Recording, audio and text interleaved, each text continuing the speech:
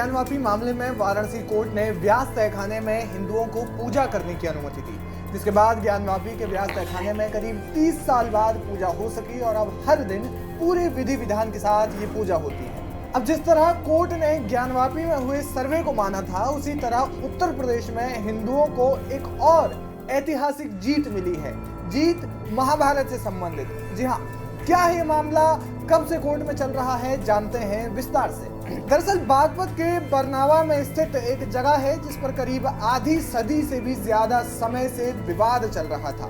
हिंदू पक्ष का कहना था कि ये महाभारत का लाक्षागृह था, जिसमें कौरवों ने पांडवों को जलाकर मारने की साजिश रची थी, लेकिन पांडव एक सुरंग के रास्ते से बाहर आ गए थे। ये सुरंग अब भी यहाँ मौजूद है। हालांकि मुस्लिम पक्ष का कहना था कि यहाँ पर सूफी संत शेख बदरुद्दीन की मजार और कब्रिस्तान है। यह विवाद करीब 100 बीघा जमीन को लेकर है, जिस पर साल 1970 से विवाद चल रहा था। मेरठ की अदालत में सन 1970 में दायर हुए इस केस की सुनवाई वर्तमान में बागपत जिला एवं सत्र न्यायालय में सिविल जज जूनियर डिवीजन प्रथम के यहाँ चल रही है।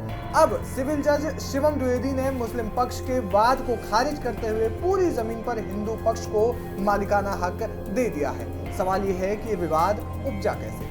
दरअसल साल 1970 में मेरठ के सरधना की कोर्ट में वक्फ बोर्ड के पदाधिकारी मुकीम खान ने एक मामला दर्ज कराया था, जिसमें कहा गया था कि लाक्षागृह टीले पर शेख बदरुद्दीन की मजार और एक बड़ा कब्रिस्तान मौजूद है, जो यूपी वक्फ बोर्ड में भी दर्ज है। इस मामले में लाक्षागृह गुरुकुल के संस्थापक ब्रह्मचारी कृष्णदत्त महाराज को प्रतिवादी बनाया गया था।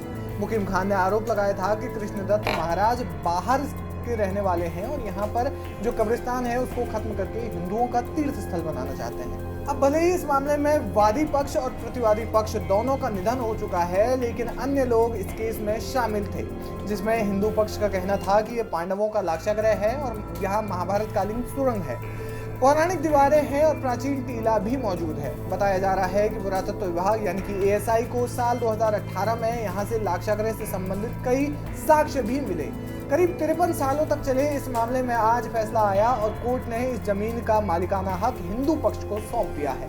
आपको बता दें कि बागपत का ये गांव जिसका नाम बरनावा है, वो महाभारत में वर्णावत नाम से उल्लेखित है। महाभारत युद्ध से पहले पांडवों द्वारा मांगे गए 5 गांवों में से ये एक था। अब ये ऐतिहासिक जमीन हिंदू पक्ष के पास है, यानी कि ज्ञानवापी में चल रहे मामले के बाद अब एक और ऐतिहासिक जीत हिंदुओं को मिली है। अब ये टीला जो है, ये जो लाक्षागृह जो है, वो किस तरीके से डेवलप हो पाता है, ये इसमें रिकंस्ट्रक्शन हो भी पाएगा कि नहीं, कब होगा, ये कुछ अहम सवाल हैं जिनको जोड़ना, जिनका जवाब मिलना अभी बाकी है। लेकिन फिलहाल इस खबर पर जो भी आपकी राय है हमें कमेंट करके जरूर पहुंचाएं। वीके न्यूज, राष्ट्र के नाम।